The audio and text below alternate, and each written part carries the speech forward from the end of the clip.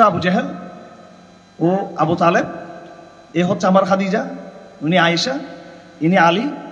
এরকম চরিত্রগুলো আপনাকে তৈরি করতে হবে এখানে, এবং এই চরিত্রগুলো আছে। শাহরিয়ার কবির, জাফর ইকবাল, এগুলোকে লাগবে উদ্বা সাহেব আবু জেহেলের এর মধ্যে। এরপরে নাম নিচ্ছি না, বিভিন্ন ইসলাম, বিভিন্ন জাতীয়তাবাদী, বিভিন্ন দল টল, এগুলো রাখবেন আপনি আবু তালেব ক্যাটাগরি রাখতে পারেন এগুলো।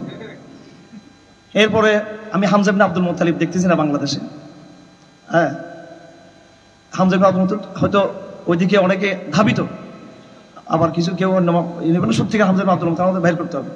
এবং আপনি কার সাথে কিভাবে ফাংশন করবেন, এই চরিত্রগুলো আপনাকে বের করতে হবে। বাস্তবেই আপনি একটা লড়াই আছেন, একটা সংগ্রামে আছেন, যে সংগ্রামটা একদম হুবহু আমাদের নবীজির সংগ্রাম। আপনি অস্বীকার করতে পারবেন বাংলাদেশে আবু জেহেল নাই, রুকবা নাই, সাইবা নাই। আপনি অস্বীকার করতে পারবেন এখানে ইহুদিবাদী চক্রান্ত নেই।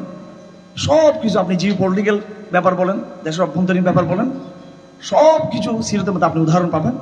অন্তত আমি এইভাবে চলে আসতেছি, মানুষ আমাকে মনে করে যে আমি রাজনীতি একটু কৌশল টোশল কিছু না, আমার কাজে কোনো কৌশল টোশল নেই। আমি রসুলকে যেখানে দেখে আপোষ করছেন ওখানে আমি আপোষ করতেছি, রসুলকে যেখানে দেখতেছি আমি যেখানে আপোষহীন ছিলেন ওখানে আমি আপোষহীন হয়ে যাচ্ছি, ওখানে যেখানে জেহাদ সেখানে জেহাদ, কত পরিষ্কার, এটা বলতে ভয় কিসের আবার। এবং যেখানে দাওয়া সেখানে দাওয়া। তো এইভাবে আমাদেরকে পরিপূর্ণ সিরাকে আমাদের সামনে রাখতে হবে। সকল ভালো থাকবেন, আমাদের জন্য দোয়া করবেন। এবং আগামী দিনের বাংলাদেশ বিনির্মাণ, আগামী দিনের এই পুরো অঞ্চলের বিনির্মাণ কোনোদিন সিরত ছাড়া সম্ভব না।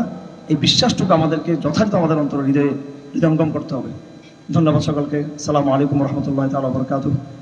যেহেতু সিরতের আলোচনা দুরূদ শরীফ পরিশেষ করি। আল্লাহুম্মা সাল্লি আলা মুহাম্মাদ ওয়া আলা আলি মুহাম্মাদ কামা সাল্লাইতা আলা ইব্রাহিম ওয়া আলা আলি ইব্রাহিম ইন্নাকা হামিদুম মাজিদ। আল্লাহুম্মা বারিক আলা মুহাম্মাদ ওয়া আলা আলি মুহাম্মাদ কামা বারাকতা আলা ইব্রাহিম ওয়া আলা আলি ইব্রাহিম ইন্নাকা হামিদুম মাজিদ।